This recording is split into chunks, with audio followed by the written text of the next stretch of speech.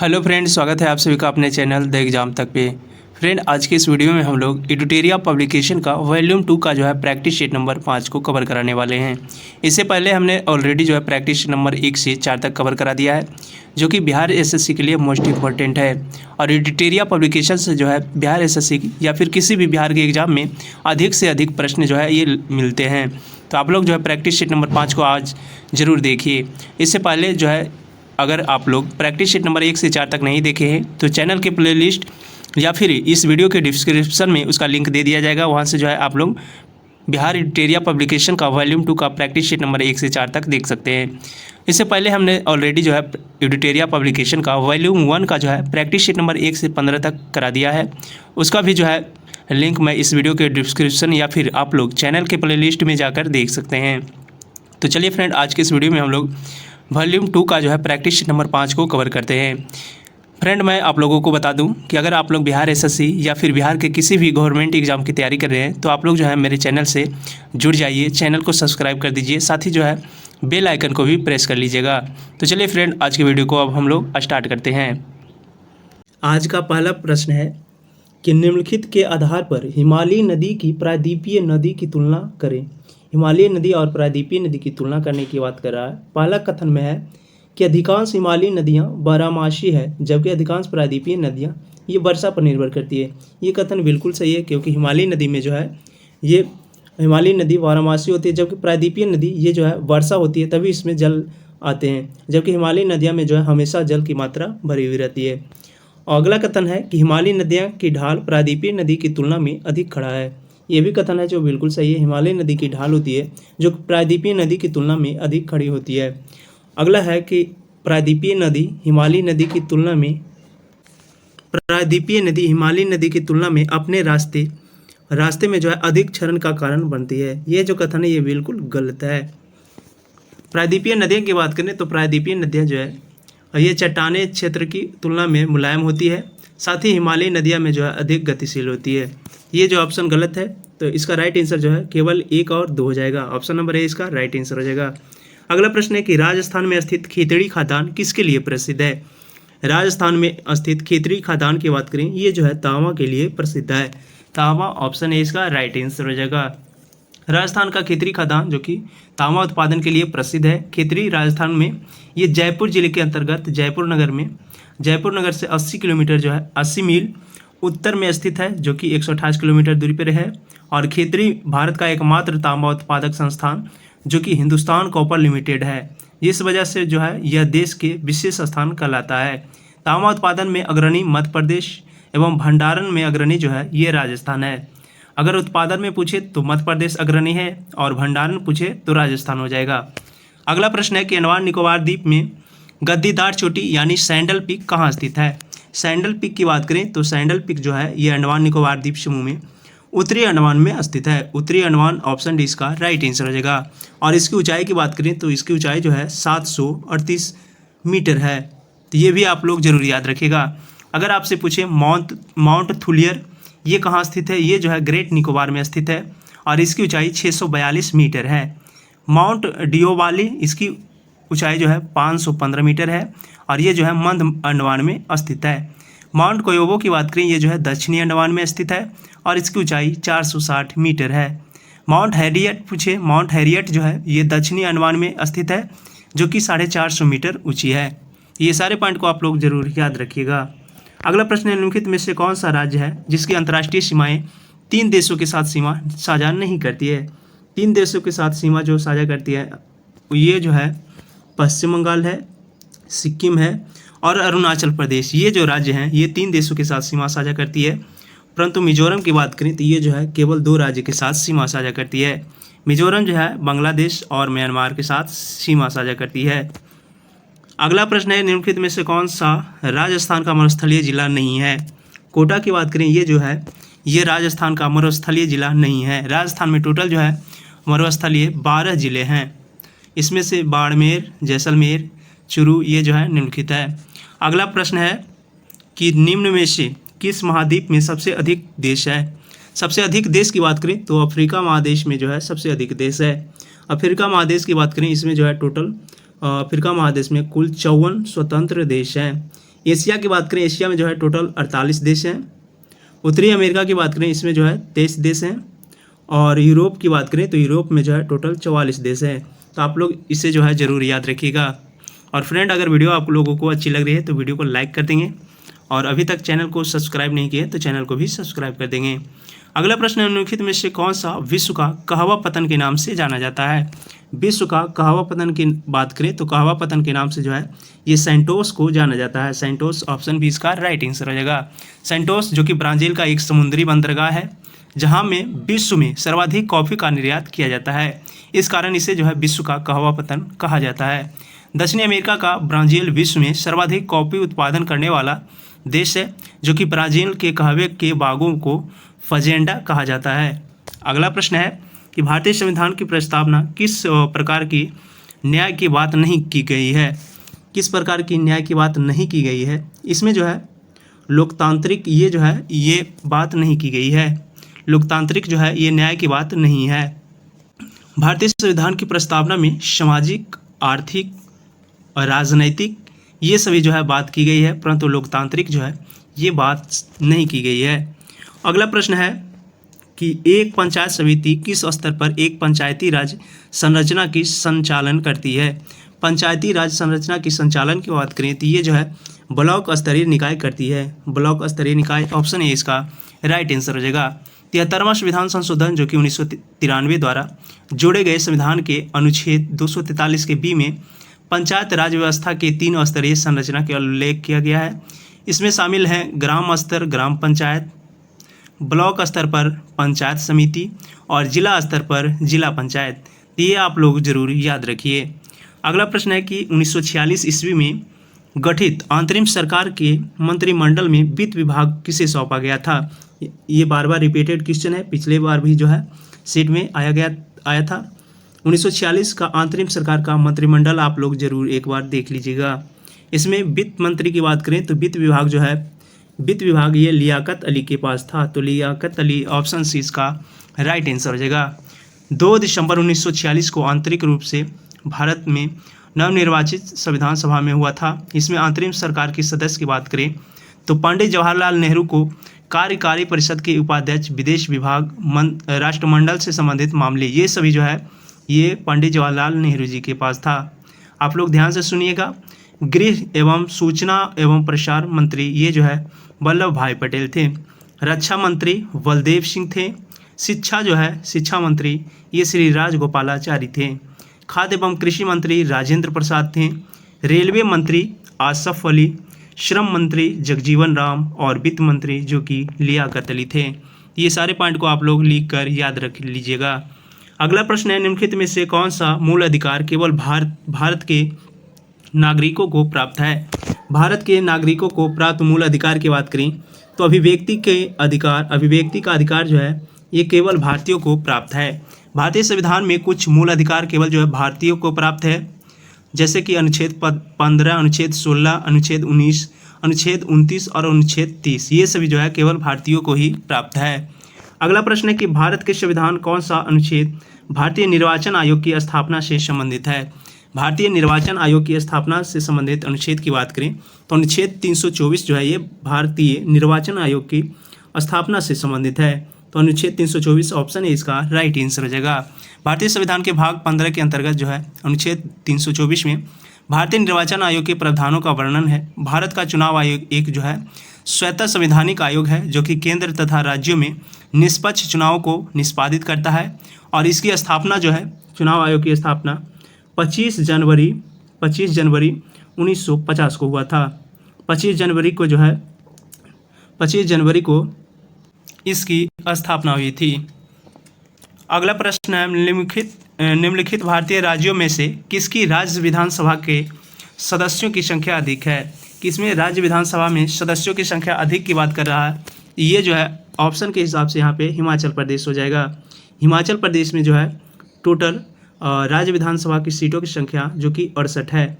मेघालय की बात करें तो मेघालय में जो है मेघालय में टोटल 60 हैं। वहीं अरुणाचल प्रदेश की बात करें तो अरुणाचल प्रदेश में भी 60 है। और मणिपुर की बात करें तो मणिपुर में जो है टोटल 60 सीट हैं। ये तीनों में 60 हैं और हिमाचल प्रदेश में जो है 68 सीट है। मैं कुछ राज्य का नाम ले रहा हूँ, आप लोग ध्यान से सुनिएगा।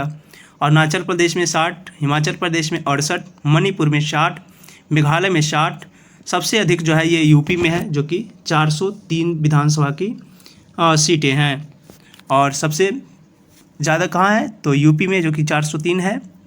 बिहार पूछे तो बिहार में जो है 243 सीटें हैं। तो आप लोग जो है इन सभी राज्यों को मेन राज्य का याद रखिएगा। अगला प्रश्न है कि संसद के संयुक्त सत्र की अध्यक्षता कौन करता है। संसद के संयुक्त सत्र की अध्यक्षता की बात करें तो लोकसभा के अध्यक्ष जो है ये संसद के संयुक्त सत्र की अध्यक्षता करता है। अगला प्रश्न है कि हाउस ऑफ द पीपुल को लोकसभा का नाम किस वर्ष दिया गया। हाउस ऑफ पीपुल्स को लोकसभा का नाम जो है ये 1954 में दिया गया। 1954 ऑप्शन है इसका राइट आंसर हो जाएगा। 14 मई 1954 को लोकसभा का नाम जो है हाउस ऑफ द पीपुल के लिए ये जो है दिया गया। अगला प्रश्न है कि कृषि विपणन प्रणाली में सुधार के लिए भारत सरकार द्वारा अपनाया गया नीतिगत उपाय क्या है। कृषि विपणन प्रणाली में सुधार के लिए भारत सरकार द्वारा अपनाया गया नीति उपाय की बात करें तो ये जो है सार्वजनिक वितरण प्रणाली यानी पीडीएस, न्यूनतम समर्थक मूल्य जो कि एमएसपी है, और बफर स्टॉक रखरखाव, ये सभी जो है ये कृषि विपणन प्रणाली में सुधार के लिए भारत सरकार द्वारा अपनाया गया नीतिगत उपाय हैं। तो इनमें से सभी ऑप्शन डी इसका राइट आंसर हो जाएगा। अगला प्रश्न है कि सूची 1 को सूची 2 से मिलान करना है। धूसर क्रांति की बात करें तो धूसर क्रांति का संबंध जो है ये उर्वरक से है, तो ए का 4 हो जाएगा। गुलाबी क्रांति की बात करें तो गुलाबी क्रांति का संबंध जो है ये प्याज उत्पादन से है, प्याज का उत्पादन से गुलाबी क्रांति। रजत क्रांति की बात करें ये जो है अंडे उत्पादन से संबंधित है, और लाल क्रांति जो कि टमाटर एवं मांस उत्पादन से संबंधित है। तो इसका राइट आंसर जो है ये ऑप्शन नंबर बी हो जाएगा। 1 का 4, 2 का ए, सी का 3 और डी का 2। अगला प्रश्न है कि नगद आरक्षित अनुपात को समझाया जा सकता है। नगद आरक्षित अनुपात की बात करें तो ये जो है अनुपात को किस प्रकार समझाया जा सकता है। ये जो है जमा राशि का अंश जो कि बैंक आरबीआई के पास रखते हैं, इससे जो है ये नगद आरक्षित अनुपात समझाया जा सकता है। अगला प्रश्न है कि जैन धर्म श्वेतांबर एवं दिगंबर संप्रदायों में किसके शासनकाल में विभाजित हुआ था। श्वेतांबर एवं दिगंबर की बात करें तो ये जो है जैन धर्म में ये चंद्रगुप्त मौर्य के समय जो है ये 2 भागों में विभाजित हुआ था। तो चंद्रगुप्त मौर्य ऑप्शन है इसका राइट आंसर हो जाएगा। चंद्रगुप्त मौर्य के शासनकाल में जैन धर्म श्वेतांबर तथा दिगंबर में जो है विभाजित हो गया था। जैन धर्म स्थूलभद्र के नेतृत्व में श्वेतांबर एवं भद्रबाहु के नेतृत्व में जो है दिगंबर संप्रदायों में बट गया था। प्रथम जैन संहिता पूछे तो ये जो है पाटलिपुत्र में 300 ईसा पूर्व आयोजित किया गया था, जिसमें जैन साहित्य का संकलन जो है किया गया था, और भद्रबाहु ने कल्पसूत्र नामक पुस्तक की रचना की थी। अगला है कि प्रसिद्ध रेशम मार्ग पर किस वंश के शासकों का अधिकार था। रेशम मार्ग की बात करें तो इस पे जो है कुषाणों का शासन था। कुषाण ऑप्शन से इसका राइट आंसर हो जाएगा। चीन से निर्यात होने वाली रेशम मार्ग का कुषाणों पर जो है इसके शासन का अधिकार होने के कारण इन्हें जो है काफ़ी अधिक लाभ हुआ था। कनिष्क का संबंध की बात करें तो कनिष्क का संबंध जो है ये कुषाण वंश से था। अगला प्रश्न है कि नवपाषाण काल के औजारों के संबंध में निम्नलिखित में से कथनों का विचार कीजिए। पहला कथन है कि औजार पॉलिश किए जाते थे। इसमें जो है औजार पॉलिश किए जाते थे, तो ये कथन जो है बिल्कुल सही है। इस अवधि में ओखल और मूसल का उपयोग अनाज को पीसने के लिए किया जाता था। ये भी बात जो है ये बिल्कुल सही है। तो ऑप्शन सी इसका राइट आंसर हो जाएगा, ए और 2 दोनों। लगभग 9500 ईसा पूर्व के समय में नवपाषाण काल को शुरुआत मानी जाती है। इस समय जो है कई स्थलों से पत्थर के औजार मिले हैं। इनमें से औजार पहले के पुरापाषाणकालीन औजारों से जो है ये भिन्न है, और इसलिए इन्हें जो है नवपाषाणकालीन कहा जाता है। इनमें ऐसे उपकरण शामिल थे जिन्हें जो है ठीक से काटने के लिए धार की गई थी, और अनाज एवं अन्य पौधे के उत्पादन को पीसने के लिए जो है ओखली मूसल का उपयोग जो है ये किया गया था।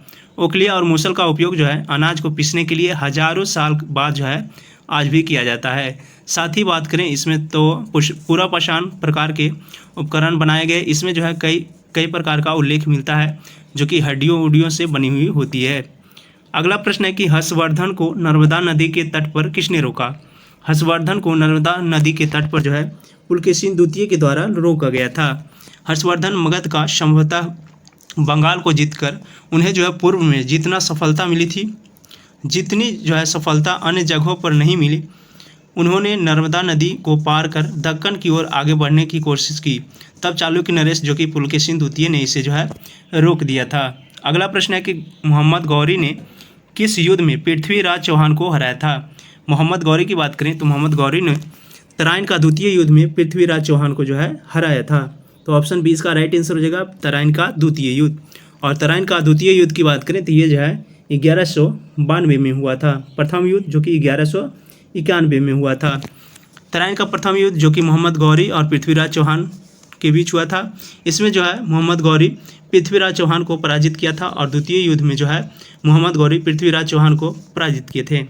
अगला प्रश्न है कि सांकेतिक मुद्रा व्यवस्था किसने लागू की थी।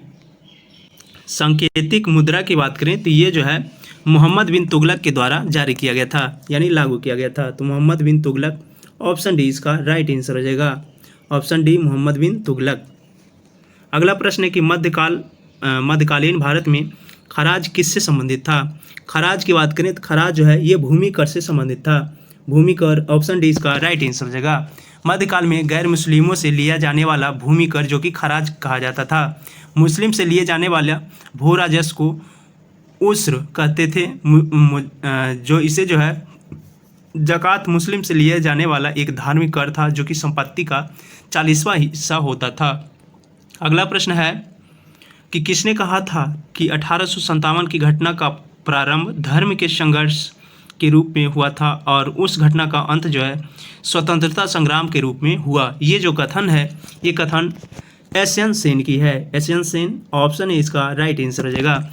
10 मई 1857 को मेरठ से 1857 की क्रांति की शुरुआत हुई थी। इस क्रांति के समय जो है भारत का गवर्नर जनरल जो कि जनरल लॉर्ड कैनिंग था। 1857 की क्रांति के बारे में विभिन्न इतिहासकारों ने भिन्न भिन्न मत दिए हैं। इसमें से वीडी सावरकर जो है इस क्रांति को भारत का पहला स्वतंत्रता संग्राम कहा था, जबकि एसएन सेन के अनुसार जो है 1857 की घटना का प्रारंभ धर्म के संघर्ष के रूप में हुआ और उस घटना का अंत जो है स्वतंत्रता संग्राम के रूप में हुआ। तो ये सारे पॉइंट को आप लोग जरूर याद रखिएगा। अगला प्रश्न है कि 1919 में खिलाफत समिति का गठन कहाँ किया गया था। 1919 में खिलाफत संगठन का गठन जो है खिलाफत समिति का गठन ये जो बम्बई में किया गया था। तो बम्बई, ऑप्शन 20 का राइट आंसर हो जाएगा। अगला प्रश्न है कि सविनय अवज्ञा आंदोलन के पास वापस लेते हुए गांधी जी ने इरविन के साथ कब समझौता पर हस्ताक्षर किया था। सविनय अवज्ञा आंदोलन को वापस लेते हुए गांधी जी के द्वारा जो है इरविन समझौते पर हस्ताक्षर जो है ये 5 मार्च 1931 को किया गया था। तो 5 मार्च 1931, ऑप्शन 20 का राइट आंसर हो जाएगा। अगला प्रश्न है कि भारत छोड़ो आंदोलन का प्रस्ताव किस वर्ष में पारित हुआ। इसकी प्रस्ताव जो है ये वर्धा में पारित हुआ था। कहाँ पारित हुआ, तो ये जो है वर्धा में पारित हुआ था, जो कि भारत छोड़ो आंदोलन का प्रस्ताव पारित हुआ था। क्रिप्स मिशन की असफलता एवं द्वितीय विश्व युद्ध के प्रभावों ने भारत में व्यापक असंतोष को जन्म दिया। इसके फलस्वरूप जो है गांधी जी ने एक आंदोलन शुरू की जिसमें उन्होंने अंग्रेजों के पूरी तरह से भारत छोड़ो पर जोर दिया था। वर्धा में 14 जुलाई 1942 को अपनी कार्यकारिणी में कांग्रेस कार्यसमिति के ऐतिहासिक भारत छोड़ो प्रस्ताव पारित किया था। अगला प्रश्न है कि पूर्ण स्वराज की मांग कांग्रेस के औपचारिक रूप से किस अधिवेशन में मांग लिया गया था। औपचारिक रूप से बात करें तो औपचारिक रूप से पूर्ण स्वराज की मांग जो है ये लाहौर अधिवेशन में मांग लिया गया था। तो लाहौर अधिवेशन 1929 जो कि जवाहरलाल नेहरू की अध्यक्षता में कांग्रेस के लाहौर अधिवेशन में पूर्ण स्वराज की मांग की गई थी। इसमें जो है 26 जनवरी 1930 को स्वतंत्रता दिवस के रूप में मनाए जाने की घोषणा की गई थी। इस दिन जो है लोग पूर्ण स्वराज के लिए संघर्ष का शपथ लेंगे। इस उत्सव की ओर से जो है बहुमत कम ही लोगों पर ध्यान दिया गया था। अगला प्रश्न है कि मानव शरीर में विटामिन ए संचित रहता है। मानव शरीर की बात करें तो इसमें जो है विटामिन ए ये यकृत में संचित रहता है। यकृत, ऑप्शन ए इसका राइट आंसर हो जाएगा। अगला प्रश्न है कि किस प्राणी में जीव द्रव में हीमोग्लोबिन की विलय हो जाती है। हीमोग्लोबिन की विलय की बात करें तो ये जो है केचुआ में होती है। केचुआ, ऑप्शन डी इसका राइट आंसर हो जाएगा। केचुआ जो कि एक एनिलिड प्राणी है, इसमें जो है हीमोग्लोबिन प्लाज्मा में घुला होता है, जबकि अन्य कशेरुकियों में जो है यह प्रोटीन हीमोग्लोबिन यानी लाल रुधिर कणिकाओं में पाया जाता है। केचुए में रुधिराणु जो है रंगहीन तथा केंद्रयुक्त होते हैं और इस जंतु में परिसंचरण तंत्र बंद रहता है, इसलिए ये जो है इसमें हीमोग्लोबिन का विलय हो जाता है। अगला प्रश्न है कि क्लोरोफिल का खनिज घटक है। क्लोरोफिल के खनिज घटक की बात करें तो मैग्नीशियम जो है ये क्लोरोफिल के खनिज घटक हैं। ऑप्शन बी इसका राइट आंसर हो जाएगा। क्लोरोफिल में मैग्नीशियम धातु पाया जाता है। हरित लवण जो कि प्रकाश संश्लेषण का एक महत्वपूर्ण रासायनिक यौगिक है। अगला प्रश्न है कि सूची 1 को सूची 2 से मिलान करना है। जनन ग्रंथि की बात करें तो जनन ग्रंथि जो है ये प्रोजेस्टेरोन है, ए का जो है 2 हो जाएगा। और पीयूष ग्रंथि की बात करें, पीयूष ग्रंथि जो है ये वृद्धि हार्मोन है। अग्नाशय ग्रंथि जो कि अग्नाशय ग्रंथि की बात करें ये जो है इंसुलिन है। और अधिवृक्क जो कि कार्टिसोल है। तो इसका राइट आंसर जो है इसका right answer option number C हो जाएगा। ऑप्शन नंबर सी इसका राइट आंसर हो जाएगा। अगला प्रश्न है इनमें से कौन सा पौधा जो है नाइट्रोजन स्थिरीकरण की सहायता नहीं है। नाइट्रोजन स्थिरीकरण में सहायक नहीं की बात करें, इसमें सहायक की बात करें तो चना, मटर और सेब ये सभी जो है नाइट्रोजन स्थिरीकरण में सहायक है, परंतु धान जो है ये नाइट्रोजन स्थिरीकरण में सहायक नहीं है। अगला है कि पौधों में अर्धसूत्री विभाजन के अध्ययन के लिए सबसे उपयुक्त भाग कौन सा है। पौधों में अर्धसूत्री विभाजन के अध्ययन के लिए सबसे उपयुक्त भाग जो कि परागकोश है। परागकोश ऑप्शन सी इसका राइट आंसर हो जाएगा। पौधे में अर्धसूत्री विभाजन के अध्ययन के लिए उपर्युक्त विकल्पों में से सबसे उपयुक्त भाग जो है परागकोश है। इसमें से जो है अर्धसूत्री विभाजन के बाद जो है परागकणों का निर्माण होता है। अगला प्रश्न है कुनाइन जो कि मलेरिया के लिए एक प्रमुख औषधि है वह प्राप्त होता है। कुनाइन की बात करें ये जो है आवृतजीवी पादप से प्राप्त होते हैं। आवृतबीजी पादप ऑप्शन है इसका राइट आंसर हो जाएगा। अगला प्रश्न है कि बीसीजी वैक्सीन का इस्तेमाल किसकी रोकथाम के लिए किया जाता है। बीसीजी वैक्सीन का इस्तेमाल जो है ये जो इस्तेमाल है क्षय रोग को रोकने के लिए किया जाता है। तो क्षय रोग ऑप्शन सी इसका राइट आंसर हो जाएगा। फ्रेंड मैं आप लोगों को बता दूं, अगर वीडियो आप लोगों को अच्छी लग रही है तो वीडियो को एक लाइक के साथ जो है शेयर जरूर कीजिएगा। अगला प्रश्न है कि एथलीट फुट बीमारी होती है। एथलीट फुट बीमारी की बात करें ये जो है फफूंद से होती है। फफूंद ऑप्शन बी इसका राइट आंसर हो जाएगा। अगला प्रश्न है कि मानव के शरीर में पसलियों की जो है कितनी जोड़े होते हैं। पसलियों के जोड़े पूछे हैं, जोड़े जो है ये 12 हो जाएंगे। 12 जोड़ी पसलियाँ यानी 24 पाई जाती है। प्रत्येक पसली वश के सामने जो है उरोस्थी से तथा पीछे की ओर जो है बछिए कशेरुकियों में संबंधित रहती है। पसलियाँ कमान जो है ये कमान की भांति झुकी हुई होती है। सभी पसलियाँ मिलाकर लगभग जो है बेलनाकार पिंजड़े बनाती है जिसमें जो है फेफड़े तथा हृदय स्थित रहते हैं। अगला प्रश्न है निम्नलिखित में से कौन सा एक ऊष्मा की इकाई नहीं है। ऊष्मा की इकाई की बात करें तो calorie, kilo joule, kilo calorie ये सभी जो है ऊष्मा की इकाई हैं, परंतु वाट जो है ये ऊष्मा की इकाई नहीं है। अगला है रेगिस्तान में मृग मरीचिका बनने वाली घटना किस कारण होती है। मृग मरीचिका बनने वाली घटना जो है ये पूर्ण आंतरिक परावर्तन के कारण होती है। तो ऑप्शन है इसका राइट आंसर हो जाएगा पूर्ण आंतरिक परावर्तन। अगला प्रश्न है कि यदि किसी वस्तु पर लगाए गए बल की दिशा वस्तु की दिशा की विपरीत दिशा में होती है तो वस्तु की गति पर क्या प्रभाव पड़ता है। यदि किसी वस्तु पर लगाए गए बल की दिशा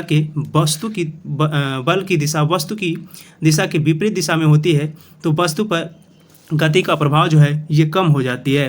तो कम हो जाना ऑप्शन सी इसका राइट आंसर हो जाएगा। अगला है कि बैटरी का आविष्कार किसने किया था। बैटरी के आविष्कार की बात करें तो वोल्टा के द्वारा जो है बैटरी का आविष्कार किया जाता है। इसे याद करने का ट्रिक, बैटरी में जो है वोल्ट यानी कितना वोल्ट का पावर आता है, तो वोल्टा जो है बैटरी का आविष्कारक हो गए हैं। 1799 ईस्वी में अलेसांड्रो वोल्टा जो है इन्होंने सर्वप्रथम बैटरी का आविष्कार किया था। अगला प्रश्न है कि किस तापमान पर सेल्सियस एवं फ़ारेनहाइट पैमाने जो है ये बराबर होते हैं। सेल्सियस और फ़ारेनहाइट पैमाने जो है बराबर ये -40 डिग्री सेंटीग्रेड पे होते हैं। अगला प्रश्न है कि लेंस की क्षमता मापी जाती है। लेंस की क्षमता की बात करें तो ये जो है डायोप्टर से मापी जाती है। डायोप्टर जो है लेंस की क्षमता मापने की इकाई है। इसकी एसआई मात्रक डायोप्टर होती है जो कि डी से सूचित किया जाता है। अगला प्रश्न है कि लोलक की कालावधि किस पे निर्भर करती है। लोलक की कालावधि की बात करें ये जो है लंबाई के ऊपर निर्भर करती है। तो लंबाई ऑप्शन भी इसका राइट आंसर हो जाएगा। लोलक की कालावधि उसकी लंबाई पे निर्भर करती है। हम जानते हैं कि जब t बराबर 2 अतः लोलक की 28 इसमें जितनी लंबाई बढ़ाई जाएगी लोलक की आवर्त ये जो है कालावधि उतनी अधिक होगी। अगला प्रश्न है कि रमन प्रभाव का प्रकाश की उन किरणों से संबंधित जो कि आर पार जाती है।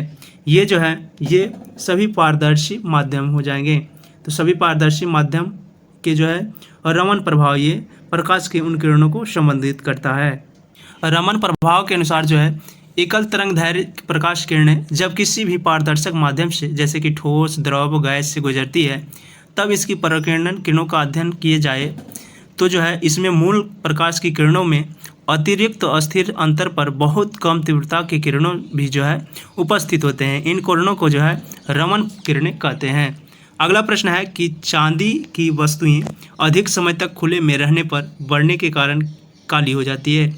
ये जो है Ag2S में जो है रखने पे ये जो है काली हो जाती है। चांदी की वस्तुएं अधिक समय तक Ag2S में रखने पे काली हो जाती है। Ag2S मतलब सिल्वर सल्फाइड। ये जो है मौजूदा हवा में वायुमंडल में मौजूदा ऑक्सीजन और हाइड्रोजन सल्फाइड के संपर्क में आने के बाद जो है सिल्वर सल्फाइड का निर्माण करती है जिससे जो है ये काली हो जाती है। अगला प्रश्न है कि निम्नलिखित में से भारी मशीनों का प्रयोग किया जाने वाला स्नेहक कौन सा है। भारी मशीनों का प्रयोग किए जाने वाले स्नेहक की बात करें ये जो है ग्रेफाइट है। ग्रेफाइट ऑप्शन सी इसका राइट आंसर हो जाएगा। ग्रेफाइट जो कि कार्बन का एक अपरूप है। ग्रेफाइट प्राकृतिक में नरम या फिर मुलायम तथा चिकना होता है। उच्च ताप पर जिन मशीनों तेल का प्रयोग स्नेहक के रूप में नहीं हो सकता उसमें जो है ग्रेफाइट शुष्क स्नेहक का कार्य करता है। निम्न में से कौन सा अदिश राशि है। अदिश की बात करें तो दाब जो है ये अदिश राशि है। बल, वेग, त्वरण ये सभी जो हैं ये सदिश राशियां हैं। यहाँ पे अदिश पूछा था तो दाब जो है ये अदिश राशियां हो जाएगी। अगला प्रश्न है कि प्रकाश उत्सर्जन डायोड के कार्य करने का सिद्धांत है। प्रकाश उत्सर्जन डायोड के कार्य करने का सिद्धांत की बात करें ये जो है वैद्युत संदीप्ति है। तो वैद्युत संदीप्ति ऑप्शन डी इसका राइट आंसर हो जाएगा। प्रकाश उत्सर्जन डायोड यानी एलईडी की बात करें यह जो है एक ऐसा अतिमिश्रित डायोड होता है जो कि दृश्य एवं अदृश्य प्रकाश उत्सर्जित करता है। अगला प्रश्न है कि प्रकाश विद्युत तरंगों का वेग होता है। प्रकाश विद्युत तरंगों की वेग की बात करें तो इसका वेग जो होता है 3 × 10⁸ मीटर पर सेकेंड होता है। तो ऑप्शन है इसका राइट आंसर हो जाएगा 3 × 10⁻⁸ मीटर पर सेकेंड। अगला प्रश्न है कि दो उत्तरोत्तर श्रृंग अथवा दो उत्तरोत्तर गर्ण के बीच की दूरी को क्या कहा जाता है। दो उत्तरोत्तर श्रृंग और दो उत्तरोत्तर गर्ण के बीच की दूरी को जो है ये तरंगदैर्घ्य कहा जाता है। तरंगदैर्घ्य ऑप्शन बी इसका राइट आंसर हो जाएगा। जैसे कि इस प्रकार से दो उत्तरोत्तर दो गर्ण इसके जो है बीच की दूरी को ये जो है तरंगदैर्घ्य कहा जाता है। अगला प्रश्न है कि निम्न में से कौन सा ग्रीन हाउस गैस का उदाहरण नहीं है। ग्रीन हाउस गैस का उदाहरण की बात करें तो जल वाष्प, carbon dioxide, methane, nitrous oxide, hydrofluorocarbon, सल्फाहेक्साफ्लोरोकार्बन ये सभी जो है ग्रीन हाउस गैस का उदाहरण है। परंतु SO2 जो है ये ग्रीन हाउस गैस का उदाहरण नहीं है। अगला प्रश्न है मनुष्यों के लिए शोर की सह सीमा करीब कितनी होती है। मनुष्यों के शरीर की शोर की सह सीमा की बात करें ये जो है 85 डेसिबल होती है। 85 ऑप्शन बी इसका राइट आंसर हो जाएगा।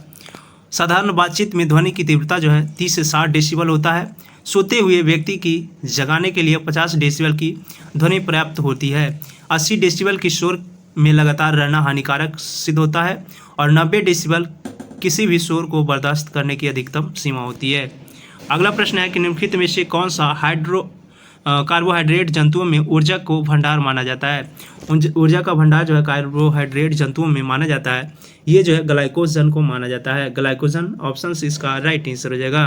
कार्बोहाइड्रेट का प्रमुख कार्य की बात करें तो शरीर में संचित ईंधन का कार्य करना, शरीर को ऊर्जा प्रदान करना ये जो है कार्बोहाइड्रेट का प्रमुख कार्य है। अगला प्रश्न है कि एक घर में 100 वाट क्षमता वाले 5 बल्ब लगाकर 20 घंटे तक लगातार जलाया जाए तो संपूर्ण विद्युत खर्च होगी। जब 100 वाट का बल्ब है 100 वाट और इसमें जो है 20 घंटा लगातार जलाया जाता है तो इसका खर्च जो है 100 × 20/1000 यानी इसमें जो है 10 20 कट जाएगा यानी 2 यूनिट जो है 2 यूनिट खर्च आएगा। तो 2 यूनिट ऑप्शन बी इसका राइट आंसर हो जाएगा। अगला है कि कलपक्कम के फास्ट ब्रीडर टेस्ट रिएक्टर में प्रयुक्त ईंधन है। कलपक्कम के फास्ट ब्रीडर टेस्ट रिएक्टर में प्रयुक्त ईंधन की बात करें, ये जो है प्लूटोनियम है। प्लूटोनियम ऑप्शन सी इसका राइट आंसर हो जाएगा। फ्रेंड यहाँ पे 2 यूनिट जो आया था ये 1 बल्ब का आया था, और यहाँ पे जो है हमने नहीं देखा, यहाँ 5 बल्ब है, तो 2 यूनिट का 5 बल्ब रहे तो जो है 10 यूनिट खर्च आएगी, 10, यानी ऑप्शन सी इसका राइट आंसर हो जाएगा। अगला प्रश्न है कि निम्नलिखित में से कौन सा सही सुमेलित नहीं है। अंतरिक्ष अनुप्रयोग केंद्र की बात करें, ये जो है अहमदाबाद में स्थित है। राष्ट्रीय दूर संवेदन केंद्र, ये जो है हैदराबाद में स्थित है। भारतीय अंतरिक्ष अनुसंधान संगठन उपग्रह केंद्र जो कि श्रीहरिकोटा में स्थित है, ये जो कथन है ये गलत है, ये जो है बेंगलुरु में स्थित है। बेंगलुरु रहता तो सही होता। अगला प्रश्न है कि विक्रम साराभाई अंतरिक्ष केंद्र जो कि तिरुवनंतपुरम में स्थित है, ये भी सही है। यहाँ पे नहीं पूछा था तो ऑप्शन सी इसका राइट आंसर हो जाएगा। अगला प्रश्न है कि निम्न में से कौन सा जल के साथ बिल्कुल अभिक्रिया नहीं करता है। जल के साथ अभिक्रिया करता है आयरन, मैग्नीशियम, एल्युमिनियम, ये सभी जो है जल के साथ अभिक्रिया करते हैं, परंतु लेड जो है ये जल के साथ अभिक्रिया नहीं करते हैं। अगला प्रश्न है कि स्वर्णकारों द्वारा प्रयोग में आने वाला एक्वारेजिया निम्नलिखित में से किसको जो है मिलाकर बनाया जाता है। एक्वारेजिया की बात करें तो एक्वारेजिया जो है ये साइट्रिक अम्ल तथा हाइड्रोक्लोरिक अम्ल के साथ मिलाकर बनाया जाता है, तो इसका राइट आंसर जो है ऑप्शन नंबर बी हो जाएगा। इसका राइट आंसर ऑप्शन बी हो जाएगा, नाइट्रिक अम्ल तथा हाइड्रोक्लोरिक अम्ल। अगला प्रश्न है फोटोग्राफी में कौन सा अम्ल प्रयोग किया जाता है। फोटोग्राफी की बात करें तो फोटोग्राफी में जो है ऑक्जेलिक अम्ल का प्रयोग किया जाता है। ऑक्जेलिक अम्ल, ऑप्शन बी इसका राइट आंसर हो जाएगा। ऑक्जेलिक अम्ल का फेरस ऑक्जेलेट के रूप में फोटोग्राफी के रूप में उपयोग किया जाता है, जो कि फॉर्मिक अम्ल चींटियों में पाया जाता है, और साइट्रिक अम्ल जो कि नींबुओं में पाया जाता है। एसिटिक अम्ल की बात करें ये जो है सिरका में पाया जाता है। अगला प्रश्न है निम्न में से किसका उपयोग यूरिया उर्वरक के उत्पादन में किया जाता है। यूरिया उर्वरक उत्पादन की बात करें, इसमें जो है कार्बन डाइऑक्साइड का प्रयोग किया जाता है। कार्बन डाइऑक्साइड, ऑप्शन सी इसका राइट आंसर हो जाएगा। यूरिया एक कार्बनिक यौगिक है जिसका रासायनिक सूत्र जो है NH होता है, NH, और बड़े पैमाने पर यूरिया का उत्पादन जो है द्रव अमोनिया तथा कार्बन डाइऑक्साइड की प्रक्रिया से होती है। अगला प्रश्न है कि जल का वाष्प में परिवर्तन कहलाता है। जल का वाष्प में परिवर्तन जो है ये भौतिक परिवर्तन कहलाता है। भौतिक, ऑप्शन बी इसका राइट आंसर हो जाएगा। भौतिक परिवर्तन वह कारक है जिसमें जो है वस्तु अपनी पुरानी अवस्था को छोड़कर नए रूप परिवर्तित हो जाती है, लेकिन कारक हटा लेने पर वह जो है पुनः अपना वास्तविक रूप धारण कर लेती है, जैसे कि जल का वाष्प में परिवर्तन भौतिक परिवर्तन होता है। अगला प्रश्न है निम्नलिखित में से कौन सी संगठन वैश्विक आतंकवाद सूचकांक जारी करता है। वैश्विक आतंकवाद सूचकांक जो है ये IEP जारी करता है। IEP की बात करें तो IEP मतलब institute for economics and peace, इसके द्वारा जो है प्रकाशित वैश्विक आतंकवाद सूचकांक का रिपोर्ट जो है ये जारी किया जाता है, और भारत का स्थान जो है इसमें 13वें है। इस सूचकांक में अफगानिस्तान जो है लगातार 4 वर्षों से आतंकवाद में सबसे ज़्यादा प्रभावी देश बना हुआ है। इस सूचकांक में बुर्किना फासो को दूसरे तथा सोमालिया को जो है तीसरे स्थान पर रखा गया है। अगला प्रश्न है कि किस राज्य सरकार ने ग्रीन हाइड्रोजन नीति लागू करने की घोषणा की है। ग्रीन हाइड्रोजन नीति लागू करने की घोषणा जो है ये उत्तर प्रदेश के द्वारा की गई है। उत्तर प्रदेश, ऑप्शन ए इसका राइट आंसर हो जाएगा।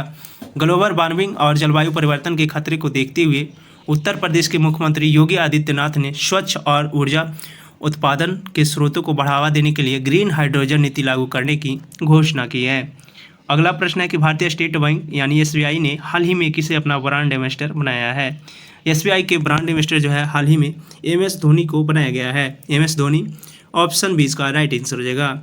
और हम यहाँ पे बात करें SBI की, तो इसकी स्थापना जो है 1955 में की गई, जो कि इसका मुख्यालय मुंबई में स्थित है। अगला प्रश्न है त्रिपुरा राज्य का राज्यपाल किसे नियुक्त किया गया है। त्रिपुरा राज्य के राज्यपाल की बात करें, ये जो है नल्लू इंद्रसेना रेड्डी को नियुक्त किया गया है। नल्लू इंद्रसेना रेड्डी जो है, ऑप्शन बी इसका राइट आंसर हो जाएगा। आंध्र प्रदेश की बात करें तो आंध्र प्रदेश के राज्यपाल जो कि न्यायमूर्ति एस अब्दुल नज़ीर को नियुक्त किया गया है।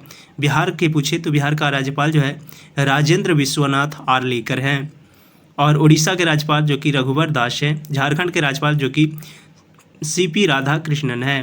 अगला प्रश्न है कि रक्षा मंत्री राजनाथ सिंह ने कहाँ पर भारतीय सैन्य विरासत महोत्सव के पहले संस्करण का उद्घाटन किया है। भारतीय सैन्य विरासत महोत्सव के पहले संस्करण का उद्घाटन जो है ये राजनाथ सिंह के द्वारा किया गया है, जो कि रक्षा मंत्री है वर्तमान में, और ये जो है नई दिल्ली में किए हैं। तो नई दिल्ली ऑप्शन इसका राइट आंसर हो जाएगा। अगला प्रश्न है कि भारत ने इजराइल से भारतीयों को वापस लाने के लिए कौन सा लॉन्च किया है। भारतीयों को वापस लाने के लिए इजराइल से भारत के द्वारा जो है ये ऑपरेशन अजय लॉन्च किया गया है। तो ऑपरेशन अजय ऑप्शन बी इसका राइट आंसर हो जाएगा। अगला प्रश्न है कि वर्ष 2023 में भारत में बाघों की मृत्यु के मामले में शीर्ष राज्य कौन सा है। भारत के बाघों की मृत्यु के मामले में शीर्ष राज्य जो है ये महाराष्ट्र है। भारतीय वन्यजीव संरक्षण सोसाइटी द्वारा वर्ष 2023 में देश में हुए बाघों की मृत्यु का आंकड़ा जारी किया गया। इसमें जो है आंकड़ों में देश में सबसे अधिक बाघों की मृत्यु जो है ये महाराष्ट्र में हुई है। महाराष्ट्र में टोटल जो है 52 सर्वाधिक, मध्य प्रदेश में 45 और उत्तराखंड में 26 बाघों की मृत्यु हुई है। वर्ष 2023 में कुल जो है 204 बाघों की मृत्यु हुई है। अगला प्रश्न है संयुक्त राष्ट्र में भारत के अस्थायी प्रतिनिधि किस नियुक्त किया गया है। संयुक्त राष्ट्र में भारत के अस्थायी प्रतिनिधित्व के रूप में नियुक्त किए गए हैं, ये जो है अरिंदम बागची को नियुक्त किए गए हैं। अरिंदम बागची ऑप्शन सी इसका राइट आंसर हो जाएगा। अगला प्रश्न है कि उपन्यास प्रोफेट सॉन्ग के लिए जो है किसे बुकर पुरस्कार 2023 से सम्मानित किया गया है। प्रोफेट सॉन्ग के लिए जो है बुकर पुरस्कार 2023 से सम्मानित होने वाले व्यक्ति ये पॉल हार्डिंग बने हैं। तो पॉल हार्डिंग ऑप्शन सी इसका राइट आंसर हो जाएगा। अगला प्रश्न है कि विश्व शांति सूचकांक 2023 में भारत का स्थान है। विश्व शांति सूचकांक 2023 में भारत के स्थान की बात करें तो भारत का स्थान जो है 126वां स्थान पर रहा है। वहीं पहले स्थान पर जो कि आइसलैंड रहे हैं। तो फ्रेंड, हमने जो है आज इस वीडियो में टोटल 75 जो है जीके जीएस प्रश्न को डिटेल के साथ कवर कराया है। अगर आपको वीडियो अच्छी लगी तो वीडियो को जो है लाइक कर दीजिएगा, और चैनल को अभी तक सब्सक्राइब नहीं किए हैं तो चैनल को भी सब्सक्राइब कर देंगे। साथ ही अपने दोस्तों के साथ एक से अधिक शेयर जरूर कीजिएगा। तो चलिए फ्रेंड, अब हम लोग अगले वीडियो में मिलेंगे प्रैक्टिस शीट नंबर 6 के साथ। और फ्रेंड, अगर आप लोग एक लाइक करते हैं तो हमें जो है इससे खुशी मिलती है और वीडियो बनाने में जो है और भी बढ़िया लगता है। तो आप लोग लाइक ज़रूर करें। तो चलिए फ्रेंड, अब हम लोग अगले वीडियो में मिलेंगे। आज के लिए इतना ही। जय हिंद।